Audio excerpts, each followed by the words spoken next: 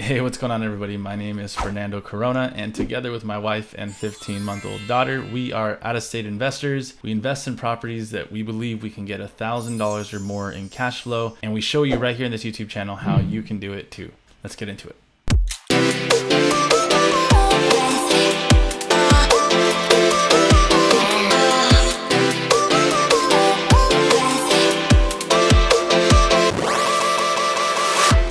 Today we're going to talk about the 4 things I wish I knew about out-of-state investing before I actually got into out-of-state investing. This type of things would have saved me a lot of time, a lot of money. I would have felt a lot more comfortable making these decisions early on, and I'm here to share them with you. If you get any insights from this video, the best thing you could do is comment or share, like, subscribe. That just tells the algorithm that you liked it and that other people might benefit from it too. So the very first thing I wish I knew was how to finance an out-of-state property. Luckily for you guys, I actually created a video that I'll link at the end of this video on the 5 ways to finance an out-of-state property. But not knowing the ways to get access to a property or to acquire a property really limited what we thought we could do. It really limited what we could do with our cash, right? There are 10% down loans, 15% down loans, 20% down loans. There's loans where you don't need a W-2. There's loans where you could leverage another one of your properties to buy another property. So there are different types of loans out there, and that qualify you to still buy the same property. You just get more creative with your financing. And that right there was something we didn't know anything about at the time, and I wish we had known, because it just gives us more tools in our tool belt when it comes to financing, figuring out how to finance a property. So that was number 1. Number 2, we actually got lucky because on our very first outreach to a real estate agent, we found somebody who we really liked, who was kind of like our coach or consultant, I would say, because they're a really good real estate agent is your consultant because they know the market the best.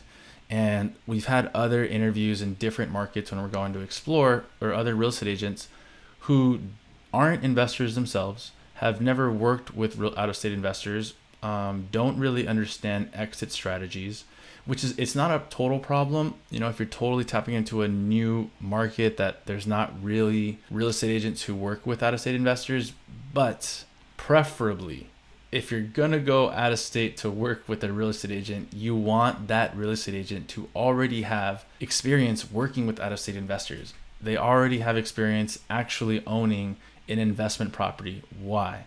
Because they have access to contractors, handymen, they have access to property managers, they have access to photographers, right?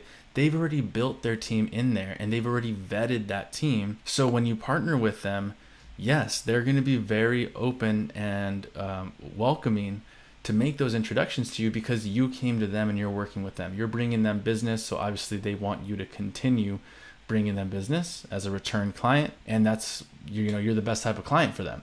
But you want that good, solid real estate investor who's going to be your consultant for that market. They're going to tell you what neighborhoods aren't the best, what neighborhoods are the best, if they do Airbnb, if they do long-term rentals, if they rent out to travel nurses, whatever the case might be, if they do rent by the room. So picking the right real estate agent, knowing how to ask the right questions, hopefully this helps you a little bit. Obviously, how responsive the real estate agent is, that's a huge one. That's a no-brainer, just natural people skills. The third one that I wish I knew more people that were doing it. It felt a little lonely at the time. It was just my wife and I investing out of state. We did enter a network. We didn't do the best job of networking with other people. We thought that everybody just kind of comes here, learns a little bit, and then goes out and executes on their own. But now that I have more experience, every day I'm talking to a new friend hey, what are you doing with this situation? What do you do here? Hey, this is the challenge I'm facing now. And then they're looking at me as also a resource. So now it becomes this collaborative way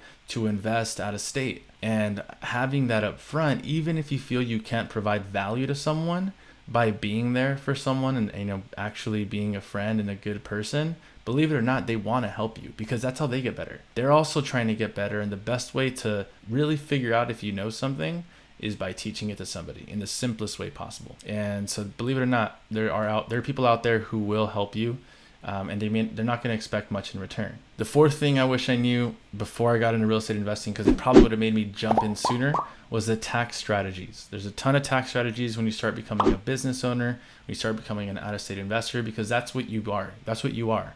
You are a business owner.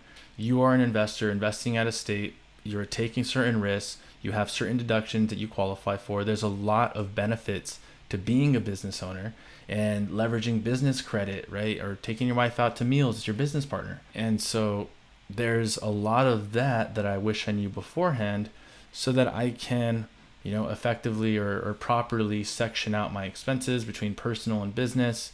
There's just a lot of benefits. Overall, there's multiple reasons why it's good to understand the tax savings or the tax advantages of real estate so that you can get more creative on how you kind of want to tackle your real estate investing.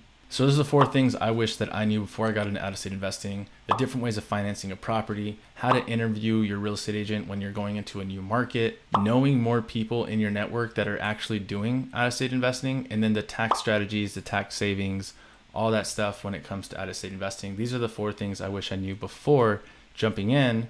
And hopefully now that you know them or you know how to get started, makes you feel that much more comfortable in jumping into out-of-state investing. Leave a comment on something you wish you knew before you started real estate investing.